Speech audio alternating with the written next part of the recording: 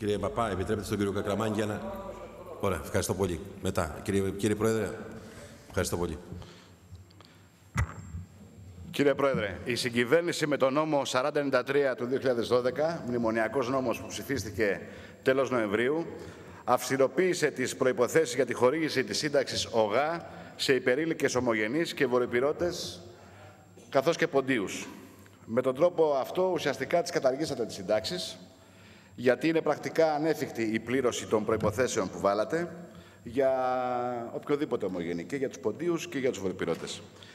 Για μας, η ψήφιση αυτού του νόμου και σε ό,τι αφορά τους βορειοπυρώτες και ποντίους αδελφούς αποδεικνύει ότι η κυβέρνησή σας και με τον τρόπο αυτό και με την ψήφιση αυτού του νόμου αποδεικνύεται λοιπόν η κυβέρνησή σας εθνοχτόνος.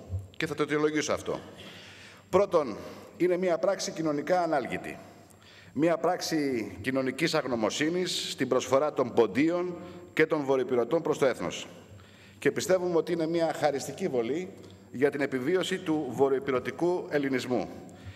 Εμείς, ως κοινοβουλευτική ομάδα, καταθέσαμε μια πρώτη ερώτηση στις 27 Εντεκάτου για το θέμα αυτό και ζητήσαμε την άμεση αποκατάσταση των συντάξεων. Επίσης, συμμετείχαμε ενεργά στις εκδηλώσεις και τις κοινοποιήσεις και των ποντίων και των βορειοπυρωτών, πιέζοντας όσο μπορούμε τους αρμόδιους υπουργούς για την επίλυση αυτού του ζητήματος. Είναι προφανές ότι κοφεύεται σε αυτές τις εκκλήσεις των ομογενών μας και κοφεύεται στις ανάγκες των Ελλήνων και αντιστατεύεστε έτσι στο εθνικό συμφέρον. Για ποιο λόγο εσείς παίρνετε τέτοιες αποφάσεις οι οποίες φέρνουν την Ελλάδα εκατοντάδες χρόνια πίσω?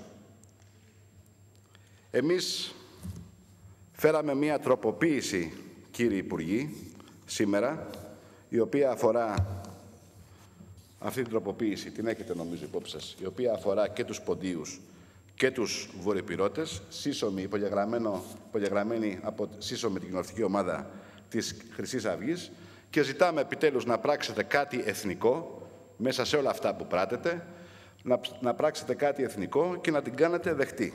Είναι ένα δίκαιο αίτημα και των γερόντων του Πόντου και των γερόντων της Βορείου Ηπείρου. Δεν είναι μόνο αίτημα, για μας είναι εθνική ανάγκη. Είναι εθνική ανάγκη να επιβιώσει ο ποντιακός ελληνισμός, είναι εθνική ανάγκη να επιβιώσει ο βορειοπυρωτικός ελληνισμός. Κάντε δεχτή την τροπολογία. Έχετε περιθώριο. Μπορείτε να πάρετε τηλέφωνο τον κύριο Σαμαρά, να πάρετε οδηγίες και θα είστε και ακριβείς στις τοποθετήσεις που εξαγγείλατε προεκλογικά και τις υποσχέσεις που δώσατε στους βορειοπυρώτες. Είναι μια υπόθεση που ξεκινάει από το 1991. Είχαν πάρθει τότε κάποιες αποφάσεις και είχε βγει ένα εθνικό σχέδιο που έλεγε ότι πρέπει να μείνουν οι βορειοπυρώτες στις πατρογονικές τους εστίες. Όλα αυτά τα ξεχάσατε. Έχετε κάνει τόσο δύσκολα τα πράγματα που οποιοσδήποτε βορειοπυρώτης τελικώς δεν θα δικαιούται να πάρει σύνταξη από το ελληνικό κράτος. Οι άνθρωποι αυτοί θα έρθουν σε απελπιστική κατάσταση. Θα αναγκαστούν, όπως καταλαβαίνετε, να απολύσουν τις περιουσίες τους, να έρθουν οι περιουσίες τους αυτές σε αλβανικά χέρια και να σηκωθούν, να φύγουν από τη Βόρειο Ήπειρο. Για ποιο λόγο λοιπόν λάβατε αυτή την εγκληματικά, εθνοχτώνα, αυτή είναι η αιτιολόγηση που είπα στην αρχή, για να μην σας φανεί βαρύς ο όρος, εθνοχτώνα απόφαση για τον βορειοπυρωτικό ελληνισμό? Δηλαδή, οι απαιτήσεις της Τρόικα έρχονται σε πρώτη μοίρα και όχι ο ελληνισμός. Είναι ένα μεγάλο χτύπημα αυτό για την Βόρειο Ήπειρο, αλλά και για τους ποντίους. Εμείς δεν θα σταματήσουμε να το τονίζουμε, να συμπαραστεκόμεθα στους αδελφούς μας και πιστεύουμε ότι δεν θα πρέπει να μείνουμε μόνο σε αυτό το πενιχρό επίδομα του ΟΓΑ, αυτή τη σύνταξη του ΟΓΑ, αλλά να συσταθεί ένα ταμείο εθνικής πολιτικής και να δοθούν επιτέλους λεφτά στους βορειοπυρώτες και στους ποντίους για εθνικό σκοπό. Υπάρχουν αυτά, γίνονται αυτά. Έγιναν και το 1914 και ανάγκασαν τις μεγάλες δυνάμεις να φτάσουν μέχρι την θέσπιση ενός πρωτοκόλλου, δυστυχώς, που ισχύει νομικά αλλά στην πράξη δεν έχει ισχύσει, στο πρωτόκολλο της αυτονομίας. Γιατί δεν λαμβάνετε λοιπόν υπόψη τις αντιδράσεις των ποντίων? Μήπως επειδή κινείστε στην ίδια κατεύθυνση με την πολιτική και την κατεύθυνση την πολιτική του Δημάρχου Θεσσαλονίκης, του κυρίου Μπουτάρη, που λέει δεν υπάρχει Βόρειος Ήπειρος ή λέει είναι μεγάλος ηγέτης ο Κεμάλ Ατατούρκ? Λογικό θα μου φανεί, διότι τον κύριο Μπουτάρη τον στηρίζει τόσο η Δημάρ, όσο το Πασόκ, όσο και η Ντόρα Πακογιάννη. Κυρία Ντόρα Πακογιάννη, δηλαδή οι συνιστώσεις της συγκυβέρνησης. Ζητάμε λοιπόν επιτέλους να πάρετε μία απόφαση η οποία είναι προς την κατεύθυνση μιας εθνικής πολιτικής. Μάλιστα οι εξελίξεις στον χώρο των Δυτικών Βαλκανίων το απαιτούν αυτό. Δηλαδή απαιτούν να δοθεί ένας αναβαθμισμένος στρατηγικός χαρακτήρας στον ελισμό της Βορείου Ηπείρου και η παρουσία πλέον των βορειοπειρωτών να γίνει πιο δυναμική και ενεργή, να έχουμε όσο το δυνατόν περισσότερους Έλληνες στην περιοχή, να παραμείνουν στις πατρογονικές τους αιστείες δηλαδή, ώστε να ενισχυθεί καθ' αυτόν τον τρόπο όχι μόνο η εξωτερική μας πολιτική, αλλά να είστε βέβαιος ότι αν έχουμε ζωντανό ελληνισμό στη Βόρειο Ήπειρο, θα ενισχυθεί και αυτή καθ' αυτή η εθνική μας ασφάλεια.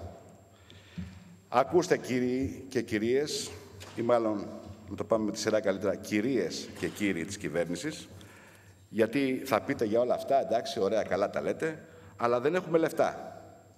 Είναι μία μόνιμη δικαιολογία.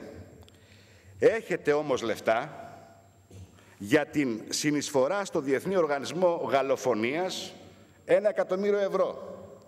Έχετε λεφτά 468.813 ευρώ για τον Οργανισμό Απαγόρευσης των Χημικών Όπλων. Έχετε λεφτά 539.000 δολάρια για το Διεθνές Ποινικό Δικαστήριο της Ρουάντα. Έχετε λεφτά 110.000 ελβετικά φράγκα για τη Διεθνή Οργάνωση Διακυβερνητικών Διαβουλεύσεων Μετανάστευσης, Ασύλου και Προσφύγων. Μικρό δείγμα των κονδυλίων του Υπουργείου Εξωτερικών για το Γενάρη και Φλεβάρι. Ένα πολύ μικρό δείγμα από τα ποσά που δίνεται για το Γενάρη και το Φλεβάρι. Τηρήστε τις υποσχέσεις σας λοιπόν. Τηρήστε αυτά που έταξε ο Αντώνης Σαμαράς στους βορειοπειρώτες που τους ξεγέλασε. Στηρίξτε τη Βόρειο Ήπειρο και τον ποντιακό ελληνισμό και πάρτε τις σωστές αποφάσεις. Κάντε δεχτή την τροπολογία. Είναι εθνική επιταγή. Και έτσι θα είναι και συνεπής ο Υπουργός Εξωτερικών σε αυτά που μας έλεγε πριν από λίγες ημέρες στις ερωτήσεις μας, ο οποίος έλεγε στην απάντησή του «Το Υπουργείο επεξεργάζεται σχετικές προτάσεις και διερευνά με τα συναρμόδια Υπουργεία κάθε δυνατότητα για να διευθετηθεί το θέμα με τον ταχύτερο και προσφορότερο τρόπο». Δηλαδή το Υπουργείο του αυτό που σκορπάει, μισό λεπτό κύριε Πρόεδρε, που σκορπάει δεξιά και αριστερά λεφτά στους γαλλόφωνους και λεφτά στη Ρουάντα, δεν έχει λεφτά για τους βορειοπειρώτες και τους ποντίους. Θα μου πείτε ότι με αυτόν τον τρόπο είμαστε διεθνείς, είμαστε συνεπείς στις διεθνείς μας υποχρεώσεις. Ότι διασφαλίζουμε με τον τρόπο αυτό, με τα λεφτά που σκορπάμε από εδώ και από εκεί, το κύρος της χώρας. Ποιο κύρος και ποιας χώρας? Το κύρος μιας χώρας η οποία είναι αυτή τη στιγμή αρμοστία του Ράιχενμπαχ. Μια χώρα η οποία είναι κατ' ουσίαν υποκατοχήν, είναι στα χέρια των διεθνών τοκογλύφων και της Μέρκελ. Μία κουβέντα θα πω κύριε Πρόεδρε και κλείνω. Δεν είναι δικιά μου κουβέντα, είναι ενός μεγάλου Έλληνα, του Ιωάννα Δραγούμη, που είχε πει «Αν το κράτος είναι ενάντια στο έθνος, πρέπει αναγκαστικά ή να αλλάξει μορφή ή να χαθεί. Το κράτος που εμποδίζει τη φυσιολογία του έθνους είναι περιττό και βλαβερό».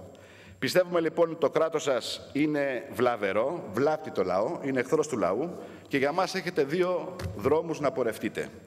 Ή να χαράξετε μια τίμια, γνήσια, ελληνική και εθνική πολιτική ή να μας αδειάσετε τη γωνιά, να αφήσετε χώρο για τις νέες δυνάμεις, να αφήσετε χώρο για ανθρώπους που έχουν θέληση, που έχουν βούληση, να ορθώσουν και πάλι την πατρίδα μας. Και τέλος, όπως και να έχει, ό,τι και να γίνει, είτε κάνετε δεχτή τροπολογία είτε δεν την κάνετε, να ξέρει ο ελληνικός λαός, να κρατάει την ελπίδα του και να ξέρει ο ελληνικός λαός ότι κάτι νέο έρχεται, να ξέρει ότι έρχεται η δύναμή του, να ξέρει ότι έρχεται η ώρα του λαϊκού εθνικισμού και της Χρυσής Αυγής. Ο κύριος Κακλαμάνης, πρόεδρος της Βουλής, έχει το λόγο για 10 λεπτά.